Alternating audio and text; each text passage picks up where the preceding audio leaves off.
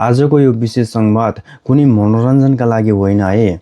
यो हाम्रो अस्तित्व र हाम्रो भविष्यको पुस्ताले पाउने संस्कारको बारेमा हो। हामी कस्तो समाज बनाउँदैछौँ त? के हामी भाइरल हुन मात्रै सफलता हो त? आज म एउटा प्रवासी नेपालीको आँखाबाट नेपालको डिजिटल बिग्रिदो धरातल र हाम्रो खराब सोचको शल्यक्रिया गर्ने प्रयास गर्नेछु है। हाम्रो मोबाइलको स्क्रिनमा आजभोलि जे देखिन्छ के त्यो हाम्रो वास्तविक समाज हो त? पक्कै पनि होइन।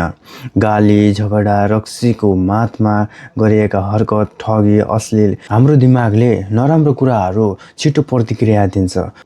तर याद राख्नुहोस् है, खराब कन्टेन्टमा हरेक भ्युजले खराब मान्छेको खल्ती भरिरहेको छ के। त्यति मात्र कहाँ हो, अझ उसलाई मनोबल बढाइरहेको छ। एक होइन दुई, दुई होइन चार। नक्कली जीवनशैली देखाएर युवाहरूलाई भ्रममा पार्नेहरूलाई हामीले हिरो बनाउँदै आएका छौँ। के उनीहरू समाजका लागि उपयोगी छन् त? अबको पुस्ता यो डिजिटल फोहोरबाट हामी बच्नै पर्छ। तर फेरि गलत देख्दा नबोल्नु चाहिँ भनेको होइन, त्यो गल्तीमा चाहिँ सामेल नहुनुहोस् भन्न खोजेको हो।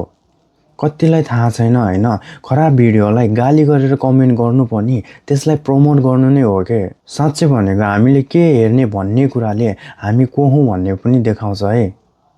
राम्रो काम गर्दा खुट्टा तान्ने र खेदो खन्ने प्रविधिका कारण कति असल मान्छेहरू डगमगाएका छन्। उनीहरूले आफ्नो कला प्रस्तुत गर्न सकेका छैनन् होइन।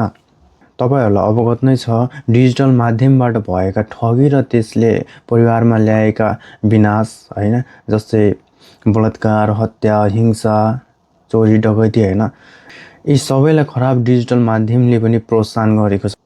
त्यसैले म भन्छु कि खराब कामलाई सुरुमै इन्कार नगर्ने हो भने त्यसले डढेलीको रूप लिन सक्छ कि।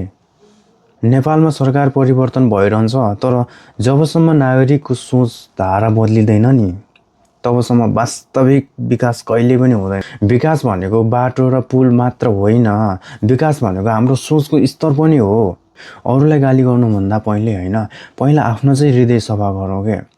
पोजिटिभ भाइब्सको सुरुवात हामी आफैबाट सुरु गरौँ। हामी चाहिँ के गर्छौँ, कमल हिलोमा फुल्छ भन्छौँ, तर हिलो छ्याप्न चाहिँ हामी छोड्दैनौँ। यो प्रवृत्ति चाहिँ तपाईँले तुरुन्तै छोड्नुपर्छ है। मैले यो भिडियो बनाउँदा पनि कति मेहनत परेको हुन्छ होइन, तर होइन, जसले हावा न तावा हचुवामा जे पनि गरेको छ, जे पनि बोलिदिएको छ होइन, उसलाई चाहिँ कुनै मेहनत छैन है। उसको मेहनत छैन क्या त्यहाँ। न उसले कुनै हामीलाई नयाँ कुराहरू सिकाएको छ होइन, तर पनि हामीले त्यसलाई इग्नोर गर्न सक्दैनौँ क्या। यदि यो भिडियोबाट तपाईँले एउटा मात्र पनि सकारात्मक कुरा सिक्नुभयो भने नि मेरो मेहनत सफल हुनेछ है।